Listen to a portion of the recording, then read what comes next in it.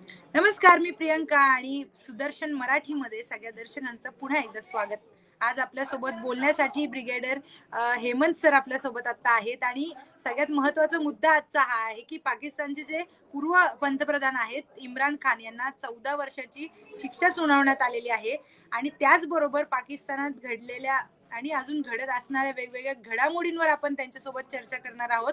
तर सगळ्यात आधी हेमंत महाजन सर, आपलं खूप खूप स्वागत सुदर्शन मराठीमध्ये मी करते. ओके, धन्यवाद, नमस्कार. सर, सगळ्यात महत्वाची आजची जी घडामोडी आहे, सगळ्यात महत्वाची आजची बातमी आहे की जे पाकिस्तानचे पूर्व माजी पंतप्रधान आहेत इम्रान खान यांना भ्रष्टाचार प्रकरणात 14 वर्षांची शिक्षा सुनावण्यात आली आहे. तर याचबरोबर पाकिस्तानमध्ये राजकीय उलाढाल मोठ्या प्रमाणात होताना आता दिसून येईल आणि मागील काही वर्षात सुद्धा तिथे जे पॉलिटिकल अनरेस्ट आहे, जे असंतुलन दिसतंय राजकीय, त्या संदर्भात काय सांगाल? काय तुमची पहिली प्रतिक्रिया असेल या संदर्भात? असं आहे, इम्रान खान हे जवळजवळ 5 वर्ष पाकिस्तानचे प्राईम मिनिस्टर होते आणि ज्यावेळेला ते प्राईम मिनिस्टर बनले त्यावेळेला असं वाटत होतं की पाकिस्तानी सैन्य जी तिथली एक अत्यंत महत्वाची शक्ती आहे ते त्यांचे फेवरेट होते. परंतु नंतर लक्षात आलं की इम्रान खान हे स्वतःच पॉलिसी चालवत होते आणि ते पाकिस्तानी सैन्याचं ते ऐकत नव्हते. तर त्याच्यामुळे हळूहळू इम्रान खानला साईड मध्ये टाकण्यात आलं आणि काहीतरी कारणं काढून त्यांच्यावरती विविध खटले असे दाखल करण्यात आले आणि शेवटी आज जे आज घडलेलं आहे ते म्हणजे त्यांना विविध भ्रष्टाचारी प्रकरणामध्ये त्यांना 14 वर्षाची शिक्षा झाली आहे आणि त्यांची जी पत्नी आहे सध्याची फतिमा बुशारी तिला पण शिक्षा झालेली आहे. आता गंमत अशी आहे की पाकिस्तानमध्ये इम्रान खान यांना भ्रष्टाचाराकरता शिक्षा होणं हा खरं म्हटलं तर एक अत्यंत मोठा विनोद आहे. विनोद अशा करता की पाकिस्तानमध्ये जेवढे प्राईम मिनिस्टर झालेले आहेत, जे नवाज शरीफ असो की सध्याचे शहाबाज शरीफ असो की त्याच्या ती बेनजीर भुट्टो होत्या, जी भुट्टो फॅमिली होती, तर हे सगळे अतिशय करप्ट असे लोक मानले जायचे. इनफॅक्ट नवाज शरीफ यांना पाकिस्तानने करप्शन करता देशाच्या बाहेर काढलं होतं भारतीय सैन्याने आणि अनेक वर्ष त्यांनी अज्ञातवासामध्ये घालवली होती ही ग्रेट ब्रिटन म्हणजे इंग्लंडमध्ये. त्याच्याशिवाय बेनजीर भुट्टो होत्या, त्यांची जे पती होते झरदारी, त्यांचा मुलगा बिलावल सध्या फॉरेन मिनिस्टर आहे, त्याला सुद्धा मिस्टर 10% असं म्हटलं जायचं. म्हणजे कुठलाही कॉन्ट्रॅक्ट तिथे झालं की त्याच्यात ते 10% हे झरदारी यांना द्यावेच लागायचे. तर या सगळ्यांच्या तुलनेमध्ये इम्रान खान हे सर्वात जास्त ऑनेस्ट होते. म्हणजे त्यांनी करप्शन केलं नाही असं नाही, पण जे त्यांनी केलं ते अतिशय नॉमिनल असं करप्शन होतं. परंतु मुख्य काय होतं की इम्रान खान हे पाकिस्तानी सैन्य आणि पाकिस्तानचे सध्याचे जे पंतप्रधान आहेत शहाबाज शरीफ यांना सुटेबल वाटत नव्हते.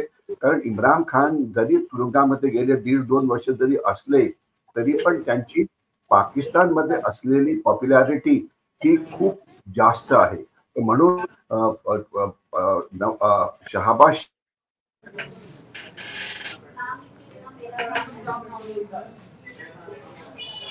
तुमच्याकडे थोडं नेटवर्क इश्यू येतोय सर, थोडं नेटवर्क इश्यू येतोय. तर त्याच्यामुळे 14 वर्षी त्यांना ही शिक्षा मिळालेली आहे. आणि आपण जे शिक्षेचं आपण जर हे बघितलं तर आपल्याला असं दिसेल खान यांचं जे वय आहे ते जवळजवळ मला वाटतं 72 किंवा 73 वर्षाचं आहे. ज्यावेळेला ते शिक्षा भोगतील त्यावेळेस त्यांना राजकारणामध्ये भाग घेता येणार नाही. 14 वर्षानंतर त्यांचं वय 86-87 एवढं असू शकेल. तर अशा काळामध्ये तर ते पाकिस्तानच्या राजकारणामध्ये पुन्हा कधीही सक्रिय हे होऊ शकत नाही. कारण इतक्या म्हाताऱ्या वयामध्ये कोणी पण ऍक्टिव्ह इलेक्शनचे लढू शकत नाही. कारण तुमच्याकडे तेवढा स्टॅमिना, तेवढी ताकद, तेवढं फॉलोईंग हे नसतं. म्हणजे थोडक्यात इम्रान खानना आता पाकिस्तानच्या राजकीय जीवनातून ऑलमोस्ट कायमचं काढून टाकण्यात आलेला आहे. जो फायदा आहे शहाबाज शरीफ जे सध्याचे पंतप्रधान आहेत ते आणि पाकिस्तानी सैन्य. पण तसं म्हटलं तर पाकिस्तानी लोकशाहीचा मात्र हा एक मोठा पराभव आहे. पण आज सुद्धा ते सर्वात ऑनेस्ट मानले जातात आणि आज सुद्धा ते पाकिस्तानमध्ये सर्वात पॉप्युलर आहे. परंतु सैन्याने दडपशाहीचा वापर करून त्यांना एक राजकीय शक्ती म्हणून कायमचं संपवलं. म्हणजे एकंदरीतच इम्रान खान जे होते ते पाकिस्तानमध्ये देखील भरपूर लोकप्रिय होते आणि अशा लोकप्रिय नेत्याला 14 वर्षाची त्यांनी शिक्षा ठोठावली आहे. भ्रष्टाचाराचा त्यांच्यावर आरोप झालाय. त्यांच्या पत्नीलाही 7 वर्षाची शिक्षा ठोठावली आहे. मग ही जी राजकीय उलथापालथ होतीये पाकिस्तानमध्ये आणि मग त्यामुळे जे आहे पुढे तिथला व्हायलन्स असू द्या, मग कुठल्या टेररिस्ट ऍक्टिव्हिटीवर आपण बोलूया, तर मग हे कितपत कनेक्टेड आहे असं सांगता येईल तुम्हाला? म्हणजे एक स्टेबल गव्हर्नमेंट असणं कितपत महत्वाचं आहे एक ब्रिगेडियरच्या दृष्टीने सांगा. असं हे स्टेबल गव्हर्नमेंट हे कुठल्याही देशाकरता अत्यंत महत्वाचं असतं. कारण देशाची जर आर्थिक प्रगती व्हायची असेल, देशाला जर सुरक्षित ठेवायचं असेल, तर एक स्टेबल गव्हर्नमेंट पाहिजे, जे देशाच्या शत्रूच्या विरुद्ध कारवाई करून देशाला स्टेबल ठेवेल किंवा देशाची आर्थिक परिस्थिती सुधारण्याचा प्रयत्न करेल. याच्याशिवाय अशा पॉलिसीज फॉलो करतील की ज्यामुळे देशाची प्रगती होईल आणि देश हा म्हणजे आपापसात भांडणं किंवा हिंसाचारामध्ये किंवा आणि सामान्य जनतेचं जे जीवन आहे ते चांगलं होईल, हे कुठल्याही राज्यकर्त्यांची गरज असतं. कुठल्याही राज्यकर्त्यांनी करायला पाहिजे. आज झालं काय आहे, आपण जर 3 मोठे मुद्दे घेतले की पाकिस्तानमध्ये सध्याची असलेला म्हणजे हिंसाचार किंवा सध्याची असलेली कायदा आणि सुव्यवस्था, तर त्याच्यामध्ये पाकिस्तानला 100 पैकी आपण जवळजवळ 0 मार्क द्यायला पाहिजेत. त्याच्याशिवाय त्यांची जी अर्थव्यवस्था आहे ती सुद्धा अतिशय घडीला गेलेली आहे. तिथे सुद्धा त्यांची प्रगती ही अत्यंत कमी आहे. आणि याच्याशिवाय जर इंटरनॅशनल रेटिंग म्हटलं की राजकीय की आंतरराष्ट्रीय स्तरावरती पाकिस्तानची सध्याची काय परिस्थिती आहे, तर तिथे सुद्धा त्यांना मित्र फारसे राहिलेले नाहीत. म्हणजे त्यांची जे मित्र चीन सारखे आहेत ते मित्र नुसते नावापुरते आहेत. पण ज्या वेळेला पाकिस्तानला आर्थिक मदत पाहिजे असते त्यावेळेला त्यांचा सर्वात घनिष्ठ मित्र चीन त्यांना मदत करायला तयार नाही. जे मुस्लिम वर्ल्ड आहे, सौदी अरेबिया असो की इराण असो की युएई असो, हे सगळे श्रीमंत मुस्लिम राष्ट्र आहेत. त्याला OIC म्हणजे ऑर्गनायझेशन ऑफ इस्लामिक कमिटी असं म्हटलं जातं. ते सुद्धा त्यांना मदत करायला तयार नाही. म्हणजे एक लिप सर्व्हिस करायची की पाकिस्तान आमचा मित्र आहे, आम्ही पाकिस्तानचं हे करू वगैरे, परंतु फिजिकली ते कुठलीही मदत करायला तयार नाहीत. तर यामुळे सध्याच्या परिस्थितीमध्ये पाकिस्तान नावाचा जो देश आहे त्यांची अवस्था ही अत्यंत खराब आहे. गव्हर्नमेंट आहे, पाकिस्तानी आर्मी आहे, परंतु कायदा सुव्यवस्था किंवा देशातला हिंसाचार किंवा देशाची आर्थिक प्रगती ही अजिबात होत नाहीये. आणि हे मुद्दे आपण सेपरेटली यावरती विचार करायला पाहिजे. प्रियांका.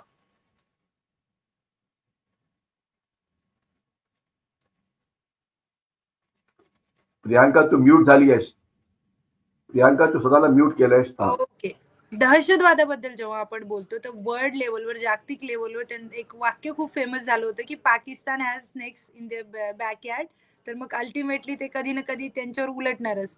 तर मग दहशतवादाबद्दल जेव्हा आपण बोलतो तर पाकिस्तान जेव्हा लपून छपून दहशतवादाला सपोर्ट करतोय कारण की तेच त्यांच्याकडे आता एक पॉवर जमवण्याचं किंवा जनतेवर दुसऱ्या देशांवर पॉवर जमवण्याचं एक शस्त्र आहे. तर मग आता त्यांनाच तो दहशतवाद कसा जड जातोय. पाकिस्तान मधला दहशतवाद हा खरोखर म्हणतात एक अभ्यासाचा विषय आहे. दहशतवादी हल्ले झाले अमेरिकेत असो की युरोपमध्ये असो, तर आपल्याला असं दिसतं की या दहशतवादी हल्ल्याचं जे मूळ आहे, जे रूट्स आहेत, ते पाक म्हणजे अफगाणिस्तान आणि पाकिस्तानच्या जो सीमा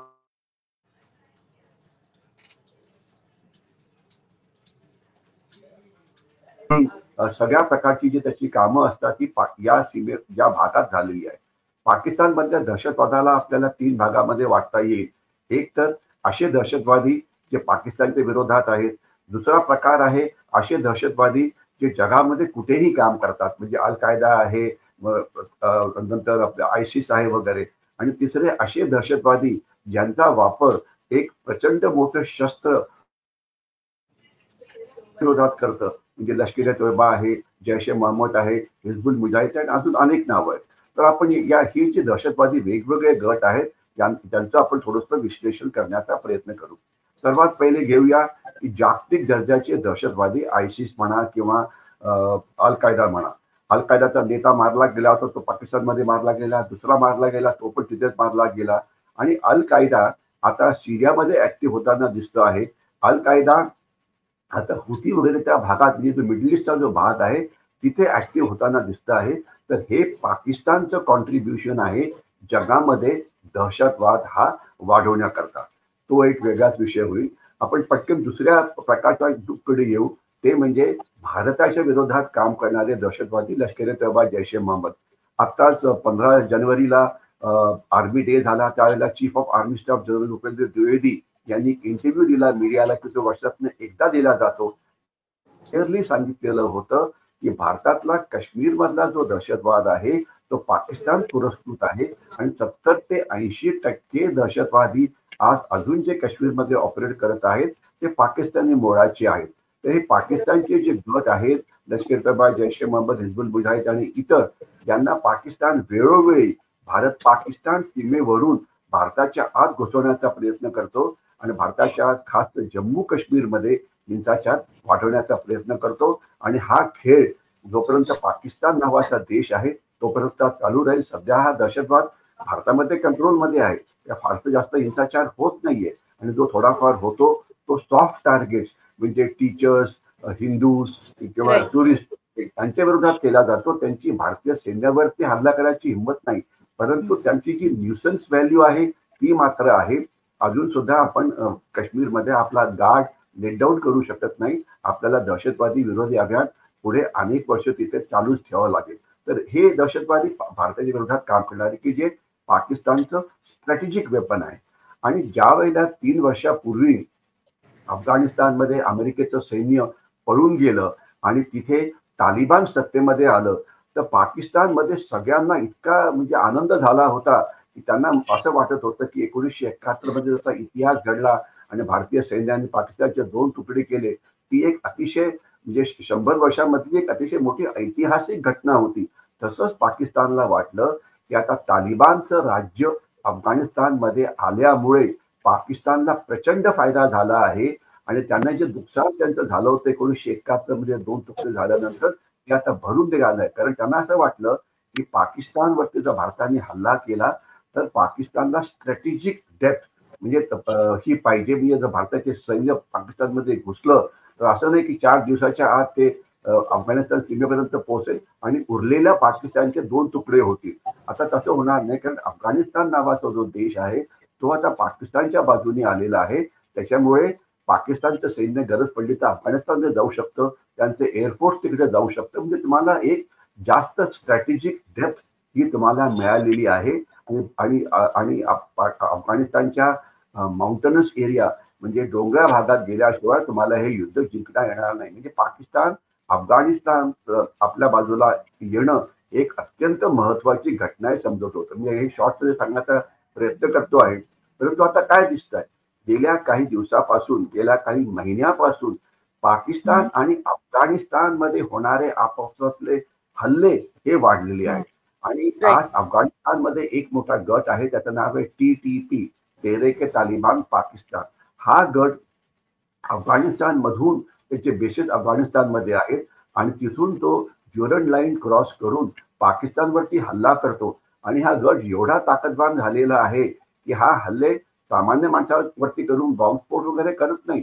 तो पाकिस्तानी सैन्य, अर्धसैनिक दल, पाकिस्तानची पोलीस यांच्यावरती हल्ला करतो. आणि आपण जर 2024ची आकडेवारी बघितली तर पाकिस्तानमध्ये प्रचंड सैन्याचं नुकसान झालंय. म्हणजे तुम्हाला आकडेवारी तर तुम्हाला मिळू शकेल याच्यामध्ये, पण एक म्हणजे तुम्हाला महत्वाचं सांगतो, ट्रेडिशनली पाकिस्तानचं जे सैन्य होतं 85% सैन्य हे भारत पाकिस्तान सीमेवरती तैनात असायचं, कारण ते भारताला बरेचदा शत्रू म्हणायचे म्हणून. आणि केवळ 10-15% सैन्य हे अफगाणिस्तानच्या सीमेवरती असायचं.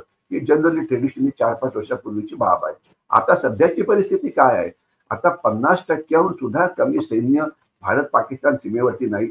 जवळजवळ 35-40% सैन्य हे पाकिस्तानच्या आत दहशतवादी विरोधी अभियान TTPच्या विरुद्ध, बलुचिस्तानच्या विरुद्ध हे करत आहे.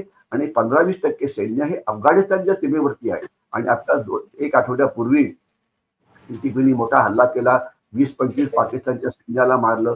त्यानंतर पाकिस्तानच्या एअरफोर्सनी अफगाणिस्तानमध्ये जाऊन त्यांच्यावरती हवाई हल्ले केले.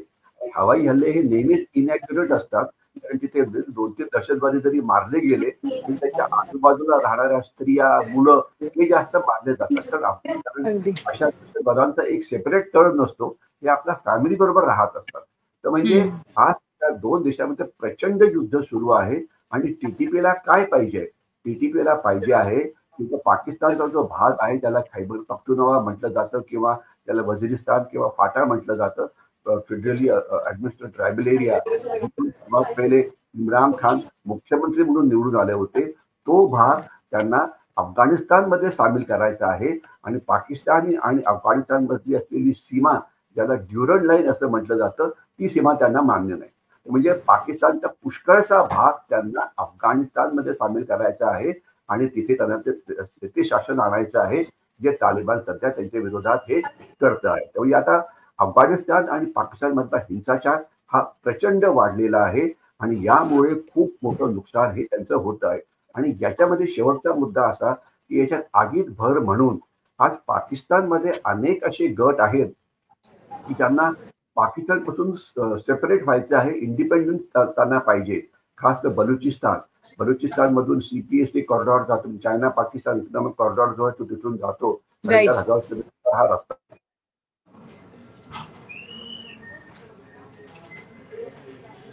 जे करतो आहे त्याचा आम्हाला काहीही फायदा नाही. हे केवळ बलुचिस्तानचं एक्सप्लॉयटेशन चाललेलं आहे. तर म्हणून आम्हाला चीनला इथनं बाहेर काढा. चीन तिथं बाहेर जाणार नाही, कारण 50-60 अब्ज डॉलर्सची तिथे त्यांनी गुंतवणूक केली आहे.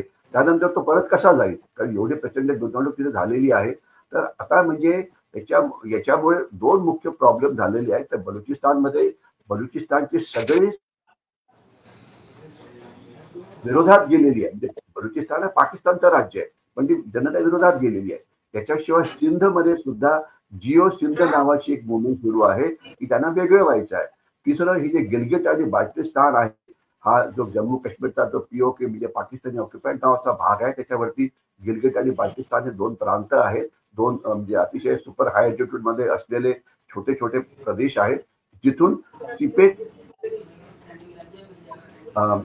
चीनच्या शिनझियांग या प्रांतामध्ये प्रवेश करतो. त्या लोकांना पाकिस्तानमध्ये राहायचं नाहीये आणि पीओके मध्ये सुद्धा निदर्शनं सुरू आहेत. तर म्हणजे प्रश्न असा उठतो की सध्याच्या पाकिस्तानमध्ये राहण्याकरता कोण खुश आहे? तर जवळजवळ कोणीच खुश नाही. परंतु नुसतं खुश असून चालत नाही, कोणाकडे शक्ती आहे वेगळं व्हायची किंवा पाकिस्तानी सैन्याची मुकाबला करायची, तर ती शक्ती बलुचिस्तानच्या लोकांकडे आहे आणि खैबर पख्तूनख्वामध्ये सुद्धा आहे. तर म्हणजे या हिंसाचारामुळे पाकिस्तानचं अक्षरशः दिवाळं निघालेलं आहे आणि प्रचंड प्रमाणामध्ये नुकसान हे पाकिस्तानी सैन्याचंही होत आहे आणि याच्यानंतर मग आर्थिक परिणाम सुद्धा होतो. येस, मी त्याच मुद्द्यावर येणार होते की पाकिस्तानच्या मिलिटरी बद्दल आपण बोललो, पण सामान्य जनता जी आहे तिथली जी इकॉनॉमी आहे ती ढासळत चालली आहे, अर्थव्यवस्था ढासळत चालली आहे तिथली. मग सामान्य जनतेवर याचा खूप मोठ्या प्रमाणात परिणाम होतोय. मध्यंतरी खूप अशा बातम्या आल्या होत्या की कितीतरी गोष्टी तिथे प्रचंड महागल्या आहेत. जीवनावश्यक वस्तू देखील अगदीच 3-4 पटीने त्याचे रेट वाढलेले आहेत. मग या सगळ्या गोष्टींचा परिणाम जो आहे तो पाकिस्तानच्या अर्थव्यवस्थेवर होतोय आणि मग त्याच्यामुळे एक असतं की हेल्दी नेबर असेल तर आपला देशही सुरक्षित असतो असं म्हणतात. तर मग ही कन्सेप्ट कशी वाटते तुम्हाला आणि इकॉनॉमी बद्दल सांगा थोडस. असं आहे, जोपर्यंत आर्थिक परिस्थिती आपण देशाची बघतो तर त्याच्यामध्ये काय बघितलं जातं की या देशाचं जीडीपी किती आहे, त्यांचे इम्पोर्ट किती आहे, त्यांचे एक्सपोर्ट किती आहे, त्यांचं जे रेट ऑफ इन्फ्लेशन म्हणजे महागाई दर आहे तो किती मोठा आहे. कारण सामान्य माणसाला महागाई दर हा अत्यंत महत्वाचा असतो. आज भारतामध्ये पेट्रोल किंवा डिझेल आपल्याला 100 रुपयाच्या आसपास मिळतं, तर त्याचाच रेट आज पाकिस्तानमध्ये 350 रुपये आहे. आज आपल्याकडे जे अन्नधान्याची जी किंमत आहे त्याच्या तिप्पट किंवा चौपट किंमत ही पाकिस्तानमध्ये आहे. म्हणजे पाकिस्तानमध्ये पेट्रोल महाग आहे, पाकिस्तानमध्ये भाज्या महाग आहेत, पाकिस्तानमध्ये सगळंच महाग आहे. यामुळे गॅस पण महाग आहे. तर याच्यामुळे पाकिस्तानच्या सामान्य माणसाचं जे जीवन आहे ते अतिशय असह्य असं झालेलं आहे. आणि याच्यामुळे होतं काय आहे, एक तर झाली सामान्य माणसं, दुसरी जे तिथे इंडस्ट्री आहे, जे कारखाने आहेत, कोणीही पाकिस्तान अशांत असल्यामुळे, दहशतवादी हिंसाचार वाढल्यामुळे तिथे कोणीही नवीन गुंतवणूक करण्याकरता तयार नाही. उलटे जे श्रीमंत पाकिस्तानी आहेत ते पळून आता गल्फ कंट्रीज मध्ये जाऊन सेटल होत आहेत. म्हणजे आता श्रीमंत माणसांनी तिथं राहायला पाहिजे, देशाला मदत करायला पाहिजे, आपले पैसे सामान्य जनतेशी एक्झॅक्टली. शेअर करायला पाहिजे. कारण श्रीमंत माणसं सुद्धा असतात प्रत्येक देशामध्ये. तिथे तसलं नाही. ते सरळ तिथं पळून जाऊन गल्फमध्ये एक आपलं मोठं, दुबईमध्ये जाऊन एक मोठं घर घ्या, जाऊन तिथे राहा. तसा प्रकार ते करतायत. इंडस्ट्री कुठलीही यायला तयार नाहीये. आणि देशाची अर्थव्यवस्था इतकी खराब आहे की असं म्हटलं जातं की पाकिस्तान सरकारला जो रेव्हेन्यू मिळतो, म्हणजे त्यांचं जे सरकारचं जे उत्पन्न आहे, उत्पन्न म्हणजे काय असतं, त्यांना मिळणारा कर वगैरे, त्याच्यात मी जास्त डिटेलमध्ये जात नाही, परंतु त्यांचं जे उत्पन्न असतं त्यांच्या उत्पन्नापेक्षा, उत्पन्नाचं त्याचं तुम्ही डिस्ट्रीब्युशन केलं तर हा त्यांचा उत्पन्नाचा खर्च कसा केला जातो, तर आपल्याला असं दिसतं की जवळजवळ 50-60% उत्पन्न जे आहे ते सैन्याचं बजेट पे करण्याकरता केलं जातं आणि 45 ते 50% अजून जी जुनी घेतलेली कर्ज आहेत इंटरनॅशनल फायनान्शियल इन्स्टिट्यूशन पासून त्यांची परतफेड करण्याकरता केली जाते. जर तुम्ही कर्ज घेतलं IMF कडनं तर तुम्हाला कर्जाचा हप्ता फेडावा लागतो, ज्यामध्ये एक व्याज असतं आणि ज्यामध्ये एक मुद्दल असतं. तर म्हणजे पाकिस्तानी सैन्यावरती होणारा खर्च आणि जे कर्ज वापस करावंच पाहिजे, लागायलाच पाहिजे, तुम्हाला करावं लागेल, ते मिळून 105% होतं. म्हणजे 100%च्या तुमचं उत्पन्न अडकायला पाहिजे होतं, पण ते 105% होते. याचा अर्थ काय होतं की पाकिस्तान पुन्हा एकदा कर्ज घेऊन जुनं कर्ज फेडतो. म्हणजे पाकिस्तानमध्ये ही शक्यता आता उरलीच नाही आहे की येणाऱ्या काळामध्ये त्यांचं जे कर्ज आहे ते फिटेल आणि पाकिस्तान केवळ कर्जावरती जिवंत राहतो. आणि मला वाटतं 15वा किंवा 16वं कर्ज त्यांनी पाठोपाठ IMF इंटरनॅशनल मॉनिटरी फंडमध्ये घेतलेलं आहे. तर म्हणजे ज्या वेळेला देश इतका कर्जबाजारी होतो तर देशामध्ये डेव्हलपमेंट नावाचा प्रकार हा कायमचा थांबला जातो. आणि आज चीन ज्यांनी 60 अब्ज डॉलर तेवढी तिथे गुंतवणूक केली होती, खास सिपेक मध्ये, तिथं आता एक पैसा घालायला तयार नाही. कारण ते म्हणतात की पुष्कळशे चीनी नागरिक बलुचिस्तान लिबरेशन आर्मीच्या हल्ल्यामध्ये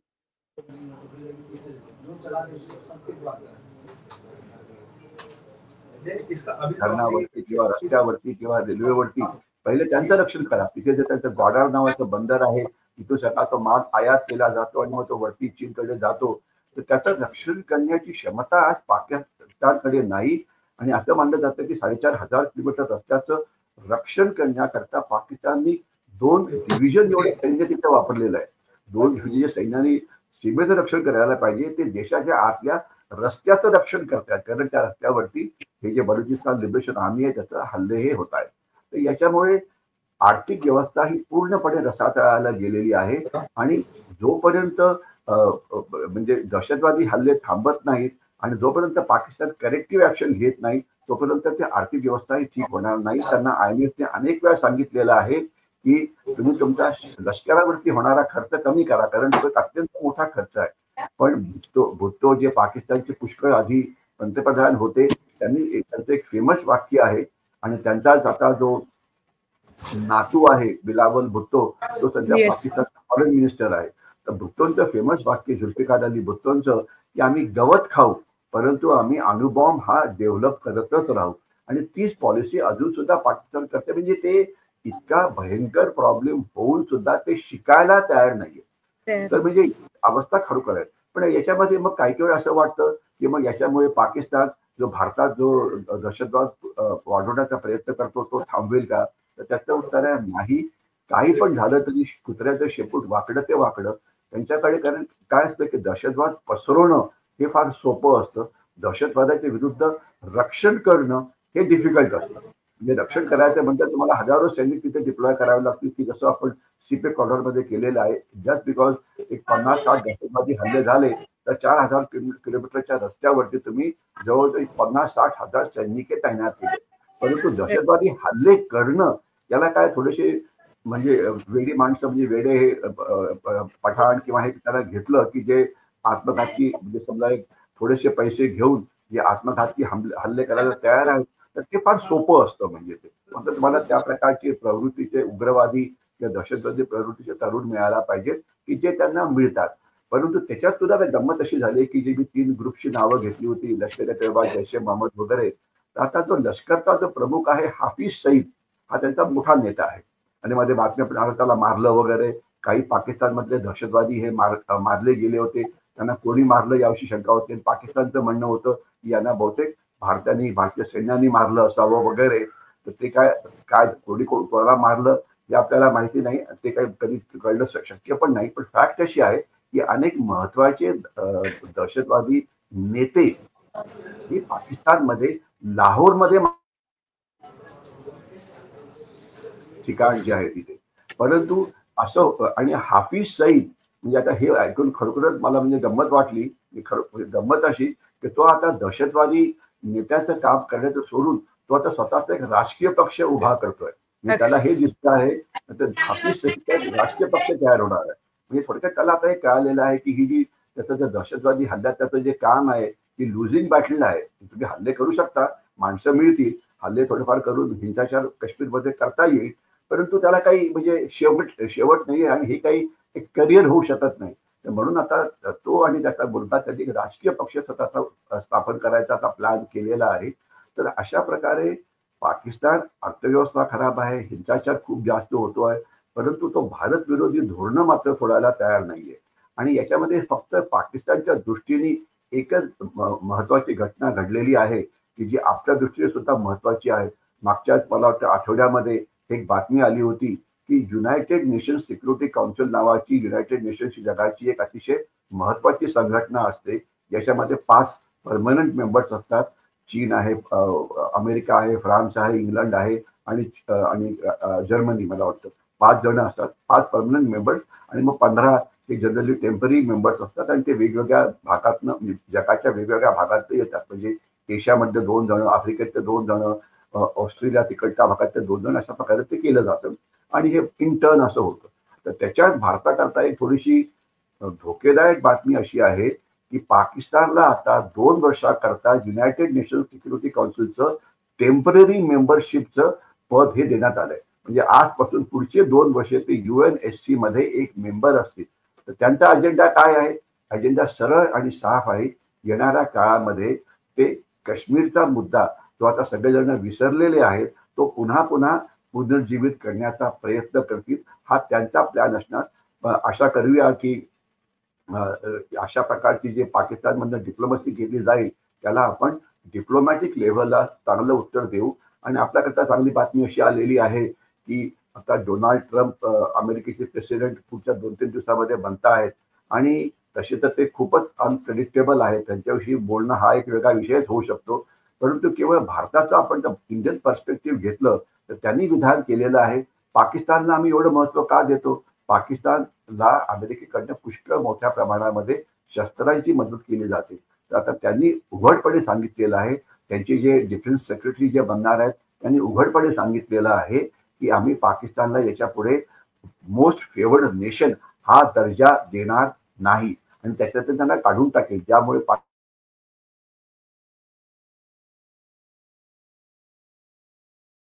ज्याला म्हणायचं की एक चक्रव्यूहासारखी परिस्थिती निर्माण झालेली आहे. कुठे डोनाल्ड ट्रम्प काय करतील, चीन काय करेल, पाकिस्तानमध्ये काय होईल, हे सगळंच म्हणजे अनस्टेबिलिटी या भागामध्ये पसरलेली आहे. त्याचा अर्थातच परिणाम. शेवटचा एक सर प्रश्न घेते की हे आज जी ही घडामोड आहे इम्रान खान संदर्भातली, प्लस जेवढं काही तुम्ही पाकिस्तान बद्दल सांगितलं, राजकीय घडामोडी सांगितल्या, अर्थव्यवस्था सांगितली, दहशतवादावर आपण बोललेलो आहोत, मग अफगाणिस्तानचा मुद्दा आला, त्यात तालिबानचा मुद्दा आला, या सगळ्यांचा परिणाम भारतावर कसा होणार आहे आणि येणारी जी पिढी आहे त्यांना नेमकं काय कशाचा सामना करावा लागेल, त्यांच्या पुढे काय नेमकं आता चॅलेंज उभं आहे हे सांग.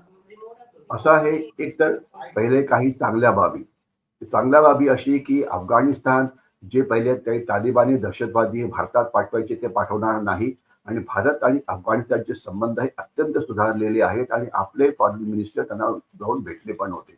तर ज्याच्यामुळे अफगाणिस्तान पुरस्कृत दहशतवाद जो काश्मीरमध्ये व्हायचा ती आता शक्यता फारच कमी झालेली आहे आणि उलट आता अफगाणिस्तान हे पाकिस्तानला बिझी ठेवणार आहे. त्यामुळे पाकिस्तानची पुष्कळशी शक्ती स्वतःची अफगाणिस्तानच्या बाजूने स्वतःला प्रोटेक्शन करायची त्याच्यावरती ती जाईल, ज्यामुळे त्यांना भारताकडे लक्ष देण्याकरता पुरेसा वेळ आणि पुरेसे रिसोर्सेस आणि पुरेसे पैसेही मिळणार नाही. कारण त्यांचं आता नंबर 1 जे लक्ष आहे ते स्वतःला सुरक्षित करण्यावरती आहे. तर त्याच्यामुळे ते त्यांचं जास्त सैन्य हे अफगाणिस्तान सीमेवरती केंद्रित आहे. आणि त्यांचा जो अंतर्गत सुरक्षेची जे त्यांची आव्हानं आहे त्याच्यामुळे पुष्कळसं सैन्य हे ते पाकिस्तानच्या आतच वेगवेगळ्या लोकांच्या विरोधात वेगवेगळ्या दहशतवादी गटांच्या विरोधात काम करत आहे. त्यामुळे भारत आणि पाकिस्तानमध्ये जे पारंपरिक युद्ध आहे ते होण्याची शक्यता आता जवळजवळ शून्य आहे. त्याची आपल्याला काळजी नको. परंतु पाकिस्तान काहीतरी प्रयत्न करून जो काश्मीरमध्ये जो दहशतवाद आहे तो पुनर्जीवित ठेवण्याचा प्रयत्न करेल, पण तो लो लेवल दहशतवाद असेल, म्हणजे महिन्यात एखादा हल्ला एखाद्या ठिकाणी असं. परंतु हिंसाचाराची जी लेवल आहे ती अत्यंत कमी झाली असेल, परंतु ती संपणार नाही हे मी आपल्याला सांगायचा प्रयत्न करतो. हे लक्षात असायला पाहिजे. हिंसाचाराचं प्रमाण कमी होईल, 50%, 60%, 70%, पण हिंसाचार काहीतरी कारण करून ते पाकिस्तान जिवंत ठेवण्याचा प्रयत्न करेल. दुसरं सर आणि मी 2 मुद्दे अजून कव्हर करतो. येस भारत पाकिस्तान संबंध सुधारतील का? तर अनेकांना म्हणजे त्यांना अमन की आशा ब्रिगेड असं नाव दिलं जातं आणि त्यांना गैरवरून येतं पाकिस्तान म्हटलं की काय. तर पाकिस्तान असा धोकेदायक देश आहे आणि त्यांना मुख्य चीनची मदत असल्यामुळे ती शक्यता सध्या अतिशय कमी दिसते आहे. पाकिस्तान संबंध मी अनेक अनेक वेळा म्हटलेलं आहे की त्याच्यावरती भारताने फारसं लक्ष देऊ नये, स्वतःचं रक्षण करत राहावं. परंतु आपली डिप्लोमसी ही इतर देशांची करून आपली आर्थिक व्यवस्था अजून जास्त मजबूत करून आपण आपली प्रगती करायला पाहिजे. आणि पुढच्या काही 2 वर्षामध्ये 3 वर्षामध्ये आता आपण जी 5व्या नंबरची अर्थव्यवस्था आहोत तिथून आपण जम्प करून नंबर 3 ला पोहोचायला पाहिजे. त्याच्यामुळे पाकिस्तान हा आपल्याकरता इररिलेव्हंट होईल, मात्र चीन होणार नाही. म्हणजे आपल्याला जास्त लक्ष जे आहे ते चीनवरती केंद्रित करावं लागेल. आणि शेवटचा मुद्दा असा की ज्याच्याकरता मध्ये एक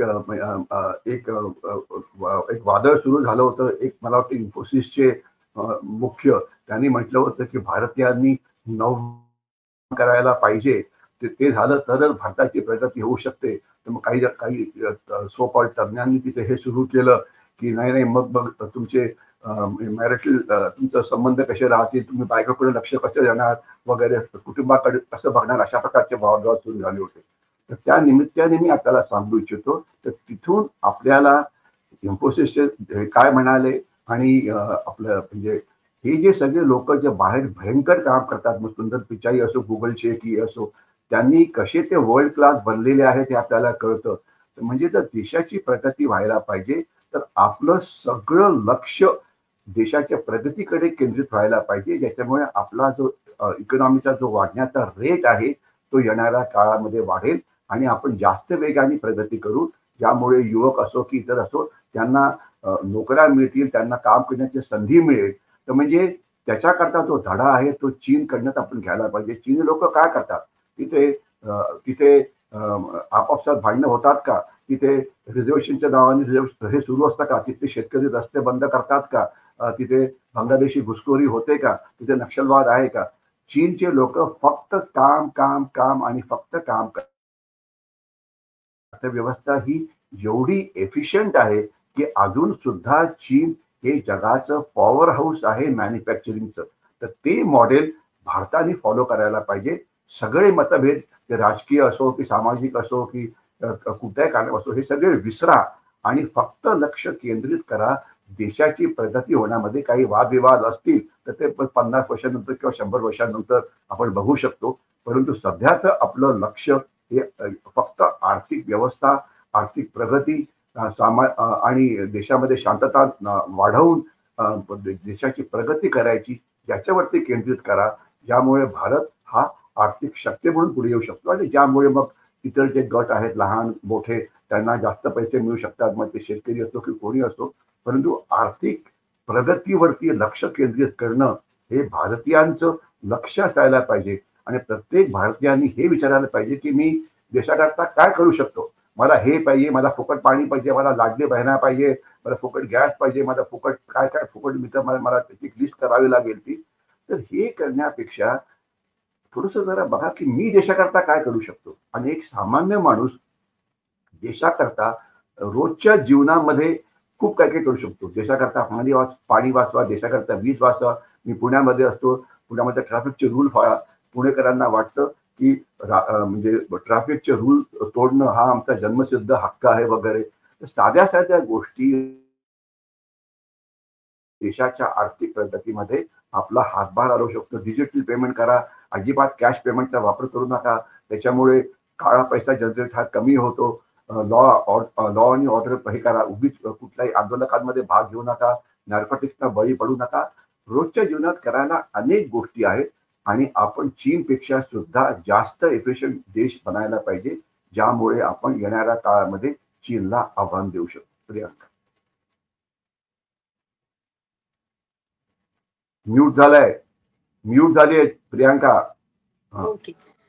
खूप खूप धन्यवाद सर. आंतरराष्ट्रीय संबंधांबद्दल तुम्ही बोललेला आहात आणि आपल्या बॉर्डर्सवर नेमकं काय चाललेलं आहे आणि आपल्या भवितव्याची पुढची वाटचाल कशी असायला हवी या सध्याबद्दल तुम्ही जे सांगितलेलं आहात त्याबद्दल आपले खूप खूप धन्यवाद.